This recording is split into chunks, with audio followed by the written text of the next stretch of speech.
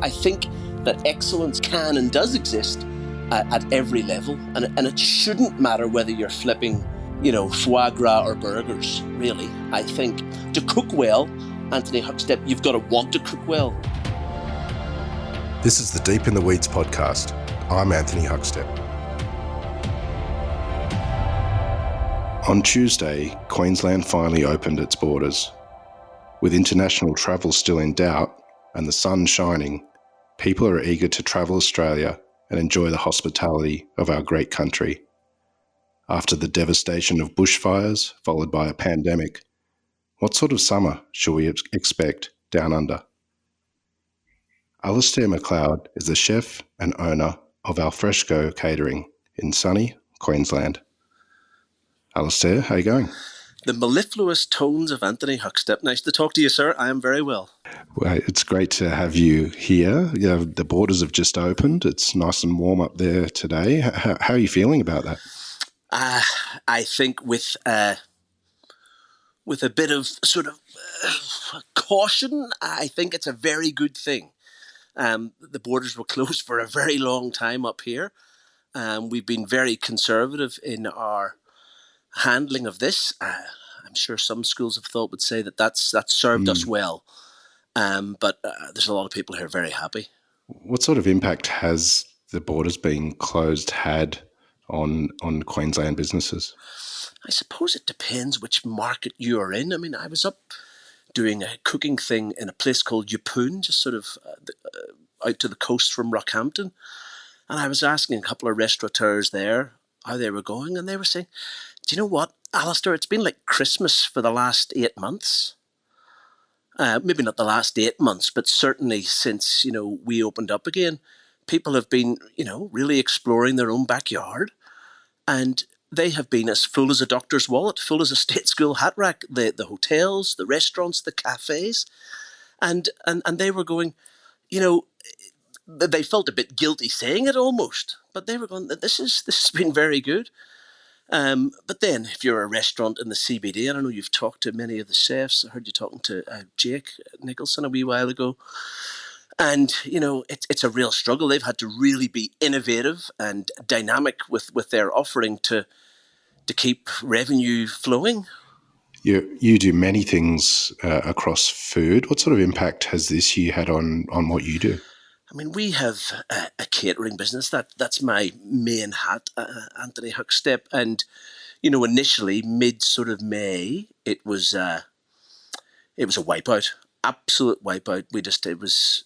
Everyone was just jettisoning the diary. I mean, what do they say? If you're looking for sympathy, you'll find it in the dictionary between shit and syphilis. But it was really grim. I mean, it was really, really confronting. I was away for a couple of days up north, and it's my wife and I who run the business, Ashley, and she said, "Oh my goodness, I have been fielding calls all day," and I said, "Well, that's pretty normal," but it was people just getting out. Corporate bookings, just the diary just went to zero. A big part of our business would be weddings, making people happy with your craft. Very, very satisfying from a job point of view. To be fair, none of them cancelled, Anthony. They all postponed, and we can see them if we stand on our tippy toes. I'm only 5'6.5", but if we stand on our tippy toes, we can still see them in the diary. They don't get married in summer, but they do get married in spring, and they do get married next autumn, and so we can hang in there, but be pretty confronting. What sort of things do you do in the initial stages to sort of keep money coming in the door? Initially, we drank booze, and we live in the pretend countryside. We live 35-40 minutes from the Brisbane CBD, and we just came up for air for a second, Anthony. We with a small business like this, we're cooks and phone call fielders and light bulb changers and toilet, it's the whole gamut. And so we just came up for air for a second, and then, and that whole idea, you rest, you rust. You just, and I I said to Ashley, I need to cook. Not with any great nobleness. It's the I don't have hobbies, Anthony Huckstep, to speak of. And I was cooking a lot at home, and Ashley, like we were around each other. Like, can you stop cooking so much? And I said, well, we need to eat. And I was making dumplings and wrappers, pastry wrappers from scratch. And she said, could you just stop? I was giving her the Edgar Brits just by cooking. And then, so because we live in a community, everyone lives in a community, but we live in a valley of 12,000 people. And obviously people can come in and can leave that valley. But there's a real sense of that sense of fraternity, of collegiateness. And so we identified, and we use through the business, Anthony, probably 20 different suppliers, farmers, fishers, growers, producers, distillers, brewers, the whole catastrophe from around this area. And we thought, well, surely they must be experiencing diminished demand as well. And so we decided to create some meals using, which was our normal golf swing anyway, using perhaps a surplus demand that they would have had, and create dishes that we could then deliver to just our postcode. And our postcode could be, 45 minutes from one end to the other. And so we did that. And we have a place in our community through local dinners that we do. And we just thought, it really wasn't about remuneration. I mean, really, and if you can cross a pale across all of the Deep in the Weeds podcast, is none of these guys and girls are doing it for remuneration. If you want money, you should rob a bank. It's a job that's driven by zeal, by fervor, by a passion for making people happy. And so we decided to do that, and it went bonkers. It went absolutely bonkers. And so our chef Steve, who has worked for me, Anthony Huckstep, for 18 years, who we had laid off, we brought him back, and we cooked. And in our commercial kitchen, Anthony, we have not like other kitchens. There's no, the heat of the kitchen isn't just temperature. Kitchens are sweaty, bloody, bastardly places, and that's just the good ones. Our kitchen has a coffee machine. Our kitchen has a television, so we can watch the chase in the afternoon, and we can learn what the capital of Azerbaijan is, and so on. And so, a preparation kitchen for a catering business, our catering business anyway, has a different rhythm. There's no zing, zing, zing, zing, zing, zing of the docket machine ringing in our ears. And so we got in the kitchen and we did what we do, and we cooked, and we learned how to package food, and we learned how to understand the logistics of doing delivery runs, and we continued to make people happy. How important was that for you during that time? Oh, it was really, really cathartic. It felt, I mean, cooking is the job that you don't need to wait for. My wife will disagree with me. The monthly figures or the weekly figures or the quarterly report to know whether you've done a good job or not. That's not the measure for a cook. The measure is people saying, Alastair, that was amazing. That tasted great. And you immediately know your place in the universe. That is the reason for cooking. I mean, sure, you got to know the back end stuff and you got to have that to propel you forward. But that felt very nice, Anthony. It felt nice to be symbolically out of the house and going to people's doors. I mean, that's what really, if I can just digress for a second, that's what differs, I believe, catering or the way we do it to restaurants, perhaps. You're in people's homes. You're not at the coal face. You are at the coal face, but you're right there receiving the feedback straight away.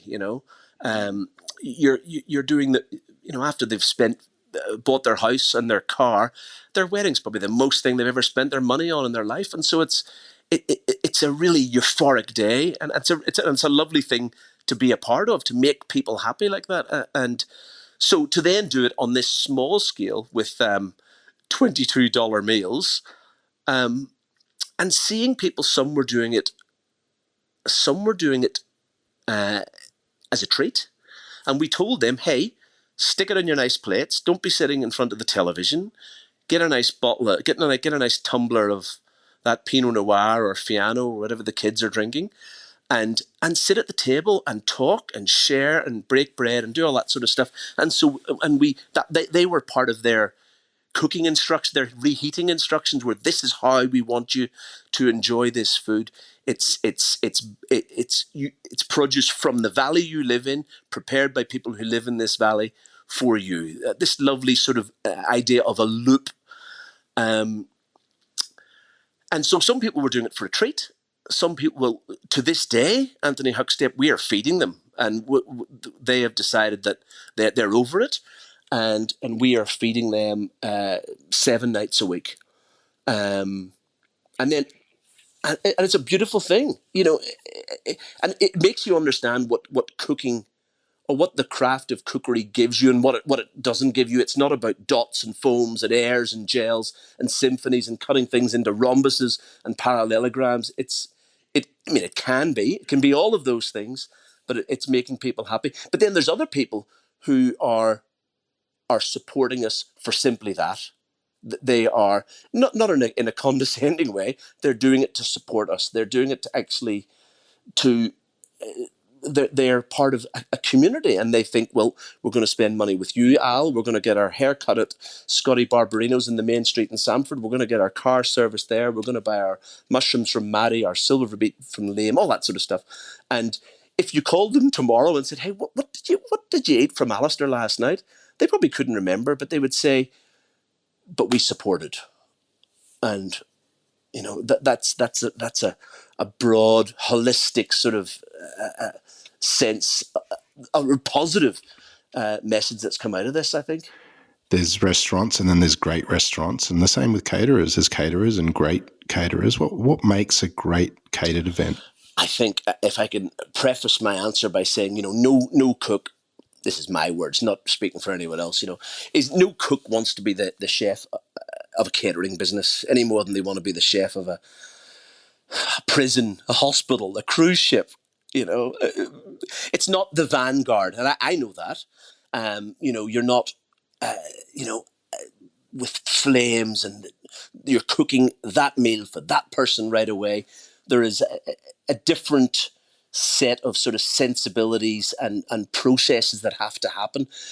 But if I didn't think we could do the same thing as we were doing in the restaurants, as close as shit is to swearing, I wouldn't do it. I wouldn't do it. I think that excellence could exist, can and does exist at every level. And it shouldn't matter whether you're flipping, foie gras or burgers, really. I think to cook well, Anthony Huckstep, you've got to want to cook well.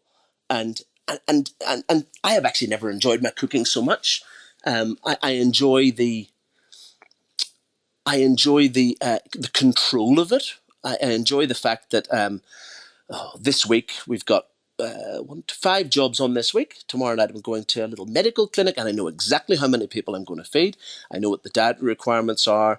I know what the owner of the company's favourite wine is. I know what his favourite colour is. I know what he likes to drink, mostly lots. And there's something very... You can really reach people. There's something... there's something very empirical about that. There's something that's good from a commercial point of view about that. Being able to see my 3-year-old girl a little bit more, or I'm convinced I'm seeing her a little bit more. It's a good. We enjoy it we enjoy the business model of it, and I think you can do a really, really good job. And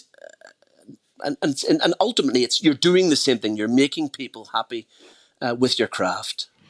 You mentioned that if you're in the industry, you're in it because of the fervor, because of the passion, because you love what you do. Where did your interest in food start from? My mother is from here, I can actually, I'm looking down to her house right now, Anthony Huckstep. She lives 100 metres away. My mother was born in the city of Cairns in tropical North Queensland, and her father was born on Arab Island in the eastern Torres Strait, right up in the tippy tip of Australia. I Wow. was the name drop alert. I was the Australia Day ambassador for the Torres Strait Islands this January, before everything went pear shaped, and normally the position is taken by a leading person in I don't know, the medical field, in media, some person of real note, maybe in the military, and so I was there handing out the awards, saying I'm a cook. and, and as I told the story of my genealogy and sort of joined all those dots together, I mean, the Aborigines, with broad brushstrokes, are a nomadic people, whereas the Torres Strait Islanders, again in broad brushstrokes, are cultivators. They put down roots and they grow stuff. Not much up there. I mean, cassava, coconuts, pawpaws. They're not allowed to run cattle because it's a quarantine zone. And so they put down roots. And so the families that are up in the Torres Straits have been up there for eons. Families like my mother's family, the Guevaras. There are still dozens and dozens of Guevaras up there. The Savages, the Kennedys, the Pitts, who go right back to Pitt the Elder, the Prime Minister of the UK. The Sailors, I am most likely related to Wendell Sailor at some point. The Thaiday, Sammy Thaiday, ex-Bronco, lives 5 minutes from where I'm sitting right now. And so my mother had this, a father who was born up there to Spanish and Filipino parents. My nana, who he met, who was running a confectionery shop on Thursday Island, her folks were Sri Lankan and Danish. And so there was no room for prejudice in our house, even though we ended up living in a place called Bloody Belfast when my mum went walkabout. But the smells coming out of our house, Anthony Huckstep in 22 Cliveden Crescent in Belfast, were very different, very different smells coming out of, our neighbours' houses. My mum was a lusty, adventurous cook. When I look back, it was okay, but she loved doing it. And there was six of us, and how she was able to put freshly cooked food on the table every night.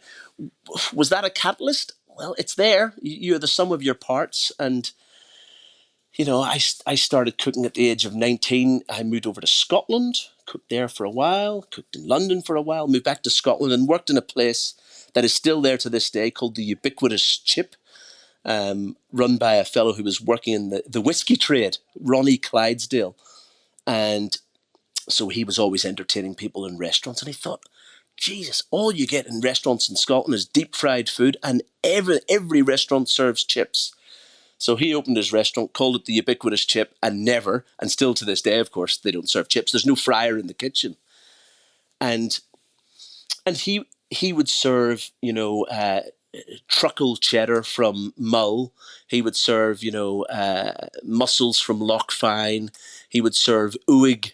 Uig is the very northern tip of the Isle of Skye. Uig landed, squid, calamari. At a time when people thought, isn't that calamari stuff from Spain? He was, this is early 70s, stating provenance on a menu and being so parochial, having a really narrow focus, charter, DNA for his business. He would remain today, and Ronnie has passed away, a real, ongoing mentor for his philosophies of cooking. I spent time cooking and living in the south of France, in the Languedoc-Roussillon, in a town called Collioure, just outside of Perpignan. That, if I went back to the restaurant today, the menu would be the same. Anthony Huckstep, that whole notion that, of course, we're so used to hearing chefs, the diatribe of chefs of using food that is sourced locally, of course, nutritionally dense, restoratively grown in a biodynamic, regenerative way, but also then using those locally sourced ingredients and cooking only those dishes from the region. And anything else would be considered anathema. You're in the south of France, you use banyuls, saffron, wild fennel. It's in the north where you use apples and cider and potatoes, and never the twain shall meet. And that's lovely. That's very soulful. But geez, for someone who comes from a country with, a culinary lexicon that's probably no bigger than a pamphlet, I mean, the culinary tradition is rich in Ireland, but it's all about subsistence. There was never a sense of luxury to it. To this day, I mean, Ireland has always subsisted, really, other than those 10 years of the Celtic Tiger. Ireland has never really had extraordinary prosperity. And then I spent time in Italy doing the similar sort of thing. And I did it because I probably had a chip in my shoulder and felt that these were the bastions of cooking. But they're not, they don't hold it's not the preserve of the French or the Italian to good cookery, but it showed me that was the case. What they do is genuinely parochial and seasonal, and they go and shop. They buy their bread twice a day, not twice a week, and that's not to be faddy or trendy or fashion driven. That's just cultural, and that's inspiring. You've been a part of the Australian food landscape for quite some time. How have you seen Queensland's food landscape change in the last decade or so? If I was to, look down an imaginary list of our, top 10 restaurants, I heard you talking to Adam from Gerard's and Alana, if you were to look down at Cameron Matthews, who's back, he's up in Noosa, he's going to be doing something very exciting soon, eh? If you were to do an imaginary list of those top 10 restaurants, I would say that almost all 10 of them have no tablecloths. And I think that's a nice, bellwether or harbinger of where we are at. When I came here, you asked me 10 years ago, but when I came here 25 years ago, the restaurants, would have had, double laid tablecloths, Siggy's at the Heritage, they would have been wearing white gloves to serve you your sauce. And, even where I worked when I first came at Baguette, Francis Dominic's, seminal restaurant, Baguette. We were dropping, dishes from, France, onto the menu. That it probably that was him, and that the restaurant was the very expression of France. And he was from Perpignan, just outside where I worked. And whenever he interviewed me, Anthony, he never even told me, the bugger. Anyway, he was like a father to me, that man. But there was still that sort of ersatz version of that good food equaled French food kind of thing. But to answer your question, in the last 10 years, I think there's a real sense of, I'm not saying it in a patronizing way, but a real maturity in the food conversation in Queensland that there's no point in comparing, which is, I think, us Brisbaneans or Brisbaneites, whatever we're called, are prone to do, comparing Brisbane to Sydney or to Melbourne. It's no more relevant than comparing London to Paris or Los Angeles to Rome or New York City to. It's a totally different food conversation here. We are in the subtropics.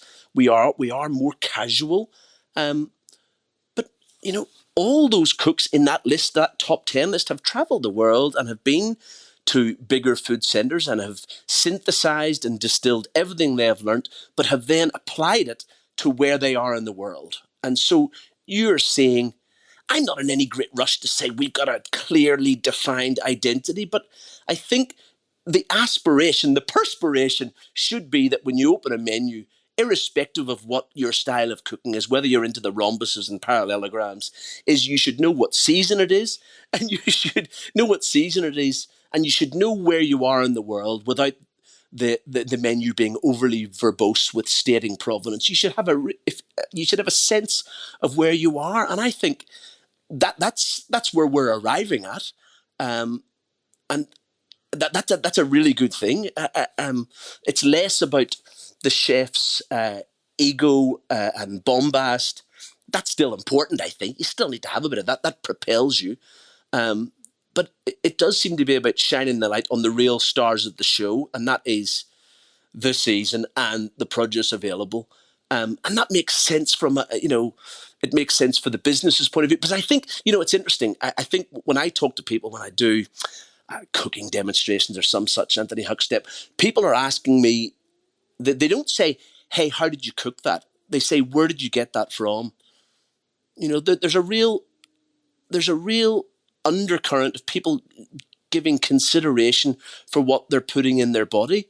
We're eating out, 11 times a month now instead of 11 times a year. And so, people are much more interested in the nutritional denseness of their food, that they're wanting to know the provenance. I mean, and this is all to varying degrees. There's an anecdotal interest, or there's a neurotic interest. They want to know the bloody macros. They want to know everything. But I think the chefs are responding to that in a way that they're producing this list of the top 10 restaurants are producing food that you can eat 11 times a month. It's not all big night out stuff. And that's a good thing for where we are in the world. You've had some amazing influences over your career. How much has your own cooking changed? It continues to evolve and change. I mean, that whole notion of, you rest, you rust. I think I said that earlier. I think, cooking is not this set in stone thing. There is this restless spirit that exists with cooking that, you never stop learning, of course. And I find it's interesting. I did a cooking thing recently out in the Locke Valley, an hour and 15 minutes from where I'm sitting right now. The soil out there is in the top 10 most fertile soil or regions on the planet. And it's an hour and 15 minutes from where we're standing right now. They grow, if you like, generic crops like onions, celery, carrots, beetroot, but in prodigious amounts. And I was doing a dinner out there, and there was, members of government, that sort of thing, and I was cooking for them. But the people I was most anxious or feeling that sort of that friction for nervousness cooking for was the farmers who were in attendance. And it was that sense of duty, of obligation, not to muck around with their ingredients, and for them to feel that I had done them justice. That was really, really important to me. And so in terms of how we cook now, if I was, we write menus for every single client, and I say to them, what it says it is on the menu is what it is. There's no, just list of 4 words with just staccato punctuation. That there's an explanation of what it is, and that's what it is. We're not trying to befuddle people or mystify them or create, any sort of theatrics with it. But everything is recognizable. So, and you want to do this dance between when Anthony Huckstep comes for dinner, he can see what you've done. He can see the time and the care that you've put into it. But at the same time, Uncle Bob doesn't feel disenfranchised and go, excuse me, dear, what is this? And I think that's an important, that's where cooking should be. I'll tell you something that hasn't happened yet, Anthony Huckstep, if I may. Am I allowed to tell you? It doesn't matter. I got a call the other day from a chef in Brisbane, up-and-coming chef. His name's Philip Johnson from Echo. It's very up and coming indeed. Oh God. And so Philip called me and he said, Alastair, I said, Mr. Johnson, he said, I'd like you to cater the Echo Christmas party. And that's it right there. That's it right there, Anthony. I mean, even just me saying that to you now, I'm a 51-year-old man, Anthony Huckstep. I just makes me smile. I feel so terribly, terribly proud. I can remember when I came here, Anthony, Philip's restaurant, as voted by Rick Stein, had won the Remy Martin Gourmet Traveller Restaurant of the Year. I think it was '96. And geez, I couldn't get in for bloody 6 months. And now I have Philip Johnson saying, "Come and cook my Chris." And I'll tell you something else. So I had Philip out to the house, and Alejandro Cancino, ex-Urbane, and Richard Ousby. I know you know all of these guys, and I had them over for lunch. And because my wife is vegetarian, we don't eat any plants at home. And then on account of Alejandro being vegan, I filled them full of a lot of piss first. But we ate a fully plant-based meal. And, cooks, painters get together and talk about the price of paint. And cooks get together and just talk about food. And, I'll just digress for a second. I can't imagine, Mercedes-Benz calling up BMW saying, "Hey, I've got a problem with my sat nav. Could you tell us what you guys do? Could you give us a wee hand?" They would go, "Get nicked." Cooks get together, and there's that sense of togetherness, of community and sharing. And I realize that's the only company I really feel very comfortable in. And so then to have Philip Johnson say, "One, I want you to do our Christmas party." And he said, "You know what? I want you to make it vegetarian. That's what I want to do. That's how I want my team to eat this Christmas, Alastair." So I'm going next Monday to cook for Philip Johnson and his team, his Echo bistro team. And that could be as good as it gets, Anthony Huckstep. You mentioned that sense of community and that real connection and sharing that chefs have between each other. How important has that been during this time for the industry? Can I answer you by saying, just ahead of the pandemic, we were deep in the weeds a little bit before that with the bushfire season, and we did a dinner on the 31st of January at a big venue in Brisbane and the sense of willingness from Dave Sorekis to Will Cowper and Richard Ousby I've mentioned, Glenn Barrett, who used to work for David Pugh's now at Wild Canary, and Matt Galinsky. This wonderful sense of a community coming together has been it's been absolutely wonderful. And as we went into something that we never thought we'd ever see ever. I found it really, really. That's the people that have kept, as a community, have, despite the grimness of it, despite the slimness of the return at the best of times, Anthony Huckstep, to see, broadly speaking, this resilience, this sense of tenacity, of a steely optimism is really a galvanizing. And will there be an attrition? Of course, there'll be an attrition, but none of them will. None of them will drop to their knees. That they will go down fighting. And that's very motivating. Is it unique to this industry? I don't know if it's unique to this industry, but I think it is, because it's an industry that's driven by passion. They're passion projects, and they're the people you want to be around. We do a lot of functions for white collar workers, and I would be serving them food. I don't know if I like their conversation as much as the conversations I like when I'm hanging out at the Noosa Food and Wine Festival. They're my peeps. This year you've had to adapt and change sort of what you're doing, and a lot of the events that you normally do, particularly weddings, have been postponed. How have you felt this year about your vocation and about events and that whole industry moving forward? we have another thing that we have done, Anthony, during this time. If I can go back, when we set up Al'FreshCo, we started off as carnies. We did a market stall in New Farm in Brisbane for 2.5 years, and this is after I got out of restaurants and decided, right, if doing things the same way and expecting the same results, so we decided to do something entirely different. And so we started this market stall, and I can remember when people would see us setting up, and they would go, "Aren't you Alastair? Aren't you that cook of considerable repute?" That's probably me saying that, but and but what they weren't saying was, "Are you a carny?"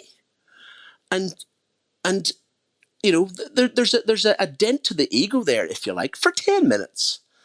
But if I go back to what I said earlier, it doesn't matter whether excellence exists at every level, and that market for 2.5 years made us really distilled for us what good cooking is and what good cooking isn't. There's no correlation between how tricky something is and how delicious something is, and so we did this market stall for 2.5 years, and we got very close to the earth, and it didn't totally reboot, but it certainly refreshed and gave me clarity about, one, what makes people happy, but also what people want to eat. We did a 90-second omelette that was never ready in 90 seconds. And we got eggs from the fellow across the way. We got cheese from Camille Morteau up at Gympie. We got tomatoes from Noosa, and we did so. The omelette was an express and a snapshot of taste of that market on that day, every single week. And so were all our dishes, and so we did that for a while, and then we got to the point where doing the market and then doing a wedding at night meant every Saturday was a 24-hour day, every single week a 24-hour day. Once you have a few tumblers of wine when you get home, so we were starting to see cracks there, and so we let it go. But we have been in the last since the middle of the pandemic. Anthony Huckstep, we have been doing a market just north of where we live called RECO, REKO, which is it's a new idea to Australia. It's not a new idea. A Scandinavian farmer came up with the idea of providing a conduit, joining the dots between the farmer and the consumer that doesn't involve getting up at 2:30 in the morning and picking your produce, going to the market, setting up your 3 meter by 3 meter tent, standing there all day while people eat your samples, and then packing down and going home. And so the way the RECO is a portmanteau, it's real consumption in Finnish. Just sort of genuine consumption is the sort of the notion, the idea. And people make their acquisitions through a thing called Facebook. I don't know if you've heard of it. And so people could be buying, strawberries from Mandy at Loverberry, or buying, Karen Lindsay's goat's cheese, or Jackie Hinchy's greens. They could be buying meals from me. They could be buying freshly cut flowers grown from seed by Amy. They could be buying gin distilled by John out at Lacey's Creek, who's selling it out at the back of the car. It's like prohibition times. But John's gin, I should tell you this, Anthony. Your listeners will be interested in this. John does a Morton Sunrise gin, an ink gin, which is very much the zeitgeist, and it is stained with the butterfly pea flower, and that gives it its purple stain. And you go, gosh, am I ever going to remember the name of butterfly pea flower? The botanical name is Clitoria. You'll never forget. Now, where were we? And so people make their purchases for the RECO market, whichever one they want to visit, online through Facebook. So all of the providores have made their sale before they go to the market. Don't you want your farmer to get paid immediately? Just a digression for a second. The average age of a farmer in Australia just over 100 years ago was 21. The average age of a farmer in Australia today is nudging their mid-60s. We need to use it or lose it. The average shopping trolley of 29 items has done 2 Jessica Watson trips. Remember the girl who sailed around the world? 70,000 kilometres. The average shopping trolley to get into your trolley. It's bonkers. It's bonkers. To this day, up to half our fruit and veggies still comes in from offshore when you include tinned products. We've got a ways to go. And the best way to get nutritional food for your family is to be sourced locally. So the Reco market, the farmer gets his money straight away, and then you are advised to turn up to that market between 11 o'clock and 12 o'clock or whatever time it is on that day. And so people flow through the market, Anthony Huckstep, like a drive-through. This wasn't because of the pandemic. This is the way it works. You drive through and you go, hello. Oh, hello, Fran, nice to see you. And you pass her wares to her through the window, and they drive down the line. And so it makes it easy for the consumer. It's excellent for the farmer, and the farmer gets his money. You can shop without fear of being having the marketeers screaming at you to come over. You can shop online in the comfort of your own home and then go and pick it up. It is ingenious. That tangent was extraordinary. How do you feel about events moving forward after this year and everything that you do with that connection with food?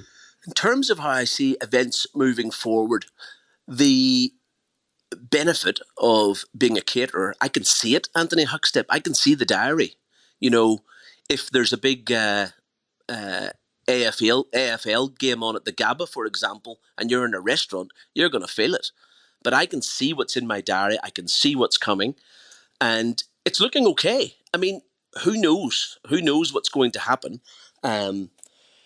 But it's looking okay. Next year is looking good. We have, as you said, at the top of the show, the borders have opened. We are seeing people can book for functions up to 200 people now. We can see that starting to happen again. The existing weddings that are in the diary are now upon us.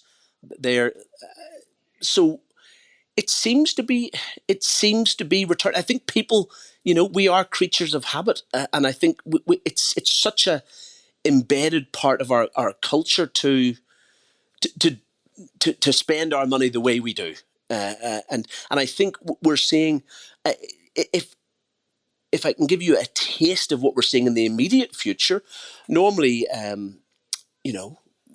during December now, I'm not sure when you're going to broadcast this, but in December, it's pretty damn busy, and then January, well, people normally go away, don't they? They go away to Bali, or they go to Noosa, or they go somewhere. But we can see our diary's looking very strong for January, which is clearly a reflection of the travel restrictions. And so we'll take that. We'll take that, Anthony Huckstep. And, another thing, if our natural sort of model is, 40, 50 weddings a year, we're doing a lot more work at the moment. We're doing a lot more processing, because at the moment events are much smaller, 40, 50, 70, 80 people. But that's okay. That's okay. We do that. We do home delivered meals. We do the Reco market, and we do it all with the same amount of excellence. And I really don't see any a difference in it. I don't see it's like a different product. It's all what we cook for our business, what I would cook in a cooking demonstration, or what I cook at home. It's all the same. I mean, we're fully immersed in this, and the cooking's the same. This whole notion of going home and eating, a cheese toastie, and we eat the same food that we cook for our guests at home. It's important, especially as with young kids. You got to. The mellifluous tones of Anthony Huckstep. Nice to talk to you, sir. I am very well. I'm thinking, Anthony Huckstep, it's looking okay, and I say that with a bit of trepidatiousness. It's yeah. I mean, I think when you scan the landscape, we've done a good job. But the flights are starting to return to Australia. What impact will that have? We have to keep one eye on that. How are you going to look back at this time? What sort of positives can you take through from 2020? We spend a lot of time working, in our business, and probably not enough time on the business. So it really gave us an opportunity to really get clear. and screw things down on every cost center of the business and look at where our strengths are and where our weaknesses are, where our sweet spots are. We're probably still not there yet, because part of the that DNA is to wanting to please. So if someone says, "Can you do a function for 20?" we just still say yes, because we go, "Oh, they're good people to cook for. Who knows what that will lead to?" And I think that's a good spirit to have. But in broad terms, I think we've got smarter with it. We've got much leaner with it. And that's a good thing as well. Of course, it's a good thing as well. We've learnt to not sweat the small stuff. We've said to ourselves, Anthony Huckstep, are we less happy now that we've got less dough? And these are sort of really revealing, illuminating questions to ask yourselves, and be really honest with yourselves. And we really believe, that we're no less happy. So that must mean that we're not more happy with more dough. Which that makes me smile, in the sense that we're doing this for the right reason. We are doing this business, a catering business, working in this business together for the right reasons. And because we're all initially mid sort of May, and it was and you really should be enjoying what you're doing. There's always elements of the daily, weekly grind that you'd like to sort of, the peeling the potatoes, but then Valentino doesn't sew every button on every jacket.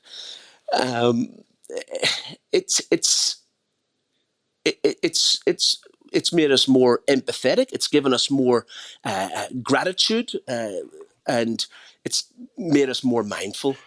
Well, Alastair, it's an absolute joy to catch up with you. I could listen to you all day. You're a bloody legend. We've loved having you on Deep in the Weeds. Good luck over the summer, and with all the events and weddings as they start again. Please keep in touch, and we'll talk again soon. Thanks, Anthony. It's perspirational talking to you, but it's been inspirational and aspirational listening to your series. It really has. Amazing. Keep in touch. This is the Deep in the Weeds podcast. I'm Anthony Huckstep. Stay tuned as we share the stories of Australia's hospo community, suppliers and producers in search of hope during this pandemic. Special thanks to executive producer Rob Locke for making this all happen. Follow us on Instagram at Deep in the Weeds Podcast, or email us at podcast@deepintheweeds.com.au. Stay safe and be well.